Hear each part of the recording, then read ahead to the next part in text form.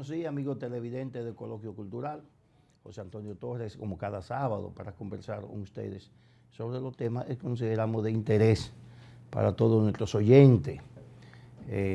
Esta semana tenemos, no como un invitado a quien vamos a entrevistar, a cuestionar, como es nuestra costumbre, sino tenemos al antropólogo Luis Alfredo Pou, que va a participar con nosotros en una especie de conversatorio donde trataremos diversos temas, pero haciendo énfasis en la problemática haitiana, que es un tema, aunque uno quisiera no abordarlo, porque tiene demasiados aristas y a veces toca la sensibilidad de mucha gente, pero es una realidad que tenemos ahí y que en su momento cada momento hay que ir mencionando ante cada coyuntura que se presente.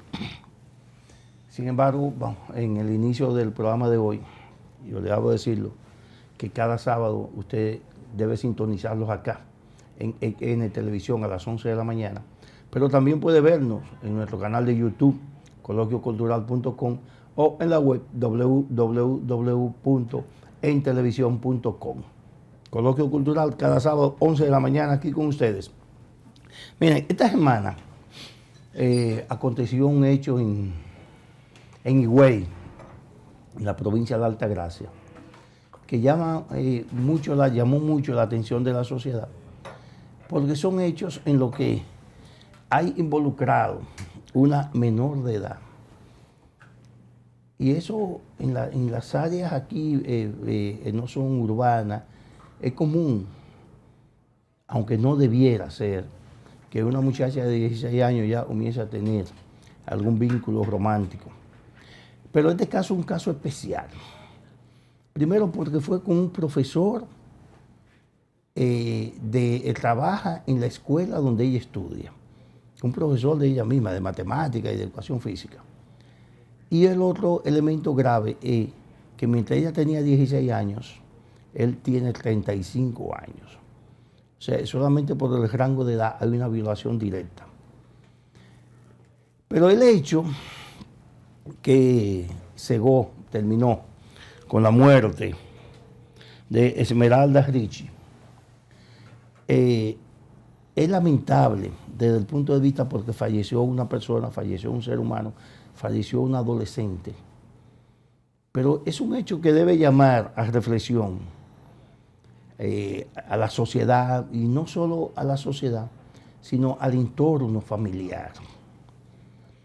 Ahí, si bien es cierto que el profesor está acusado, a ver cómo se llama el señor John Kelly Martínez, si bien es cierto que John Kelly Martínez, profesor John Kelly Martínez, es el responsable directo, también es cierto que hubo un descuido y una irresponsabilidad familiar. ¿Por qué decimos esto, señores? La familia son como los invernaderos, que usted debe echarle agua, debe permitirle la luz solar, pero todo controlado. Si usted le echa mucha agua a un invernadero, se daña. Si usted le permite que penetre mucha luz solar, se daña el fruto. O no surge de la calidad que usted tenía previsto. Asimismo la familia. Si usted se descuida en la crianza de los hijos, en quiénes son sus amigos, en quiénes son, a dónde va, pero además en las condiciones que llegan. Ahí hay una situación complicada. Me imagino que la Fiscalía continuará con las investigaciones. Es un caso que será declarado complejo seguro.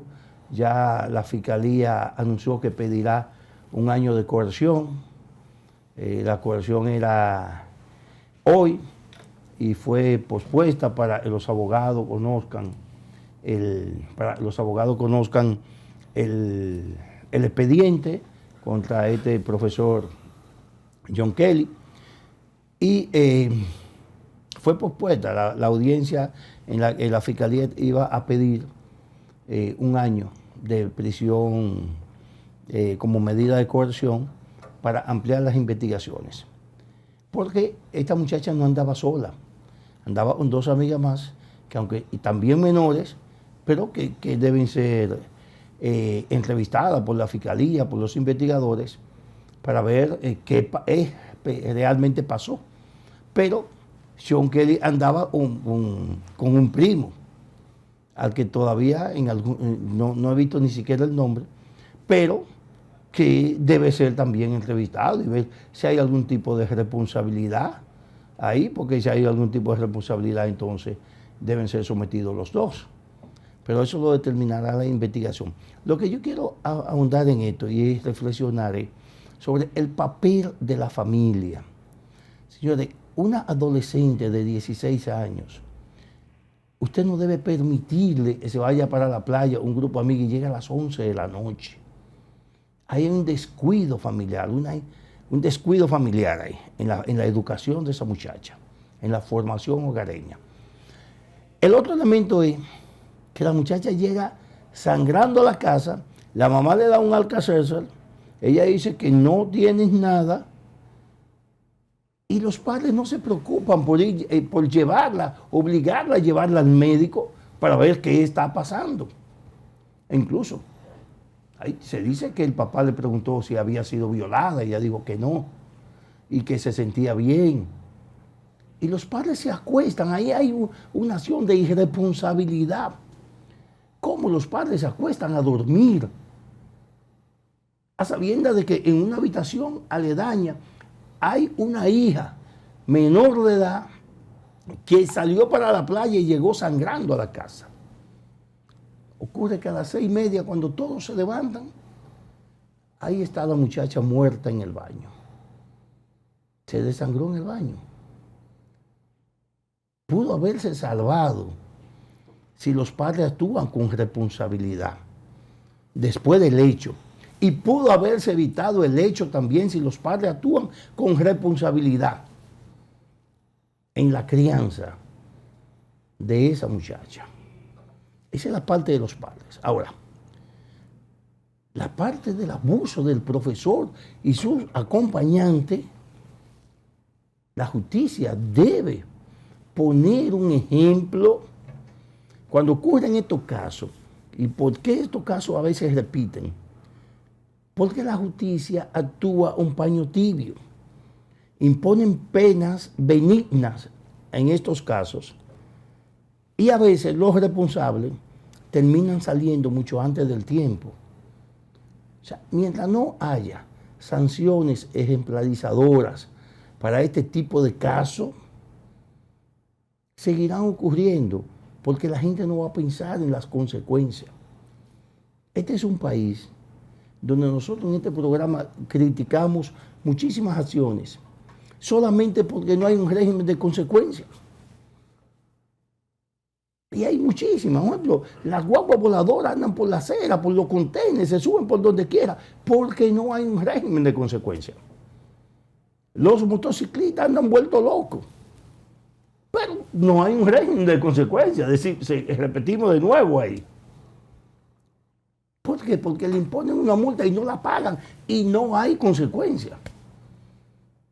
Yo vi a México que había puesto, creo yo, 1.600.000 multas y la gente no la paga. ¿Por qué? Usted la paga si usted quiere. Si usted no la paga, no le pasa nada. Entonces, no hay régimen de consecuencias. Y eso ocurre en el sistema judicial, en muchas violaciones, en muchos casos de violaciones que se repiten por ese tipo de acciones.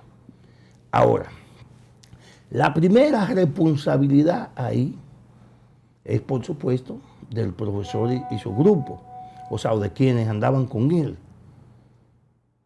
Esa es una. Pero no hay tampoco, podemos eximir de responsabilidades a los padres de la muchacha, a los padres del adolescente, por la debilidad o por la manera incorrecta en que la estuvieron criando o educando. El resultado, ahí está, muerta. Lamentablemente muerta. Pudo haberse salvado la vida con una acción rápida de un médico, o pudo haberse salvado también, pudo haberse evitado el hecho con una acción de la familia imponiéndole régimen. Miren, vamos a dejarlo hasta ahí, dejemos que sea la justicia en su momento, decida lo que va a pasar en este caso. Otro caso del que no quisiéramos referirnos ya, pero que la situación obliga, es la situación del Colegio Médico Dominicano con las administradoras de riesgo de salud. Señores, ahí hay una responsabilidad directa del gobierno, porque si bien es cierto, es un conflicto entre dos entidades privadas, el Colegio Médico y las ARS, usted dirá, bueno, pero el Estado no tiene que intervenir en eso. Sí, tiene que hacerlo. Porque el Estado, aunque tiene un papel de mediación, debiera estar mediando con más fuerza e incluso imponiendo soluciones en caso de necesidad. Esa es una. Porque la Constitución de la República establece que el Estado debe garantizar la salud de la población. ¿Y quiénes se están haciendo más ricos con este conflicto? Las ARS y los médicos. O sea, los dos sectores en conflicto no quisieran que eso se resuelva. ¿Por qué? Bueno, porque el médico no está tomando los seguros, entonces usted tiene que pagarle en efectivo y no dan recibo. Que eso también es una estafa contra el Estado, porque deberán darte un recibo para ellos poder, como comprobante, y para que ellos, obligarlo a ellos a pagar el impuesto sobre la renta. Como persona física. Sí, a nosotros nos obligan a hacer factura de todo lo que recibimos. A los periodistas nos obligan a hacer factura de todo lo que recibimos, de todo el trabajo que hacemos. Tenemos que facturarlo para pagar como persona física al Estado lo que tenemos es pagar de impuestos. ¿Y por qué a los médicos no lo obligan? Pero eso mismo pasa en otras profesiones. Aquí hay ingenieros que hacen obras de 200 millones de pesos, 400 miles de millones de pesos y no pagan un chele al Estado. Pagan solamente lo que tienen que pagar obligatoriamente cuando adquieren equipos o algún tipo de equipos, herramientas, materiales. Pero esos son los beneficios netos, eso no los reportan en ninguna parte. Excepto, estoy hablando cuando son de manera física, o sea, porque cuando son compañías hay mecanismos. Cuando son empresas, entonces sí tienen que pagarlo.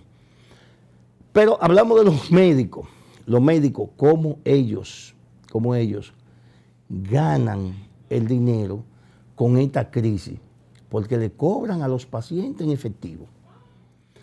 Pero, ¿y las ARS? Las ARS a los empleados le siguen descontando lo que tienen que pagar por seguridad social.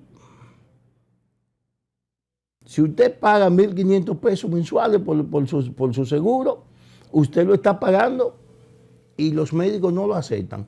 Pero esos 1.500 pesos van a la ARS. Y si usted necesita un servicio de salud, entonces tiene que pagarle al médico aparte. Ellos, los dos, ninguno de los dos quisiera el conflicto se resuelva, porque las ARS están recibiendo dinero sin tener que pagarle a nadie, y los médicos están recibiendo 3 veces más de dinero, lo recibían a través de la ARS, de manera directa, sin pagar impuestos y sin tener nada que ver en efectivo, sin tener nada que ver con esperar fecha de pago, ni cheque, ni nada de eso. Y el gobierno como mediador no se da cuenta de eso. Y los que tienen que ver con eso,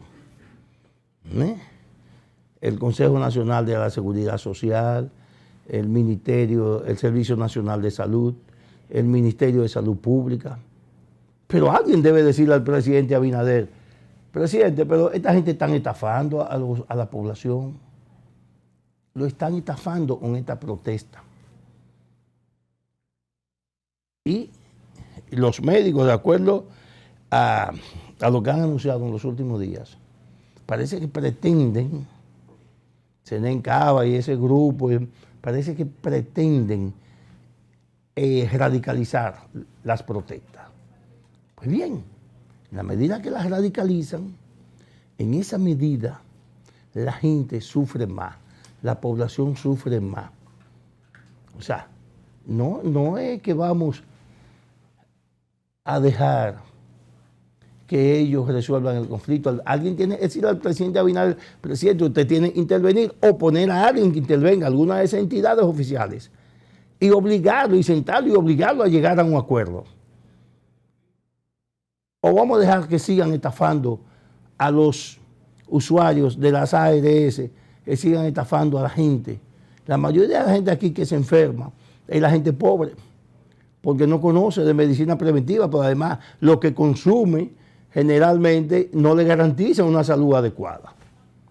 Pero nada, amigos televidentes, vamos a una pausa comercial y en breve regresamos. Cuando regresemos estaremos con el doctor Luis Alfredo Pou, quien es un antropólogo y tiene una especialidad en física forense.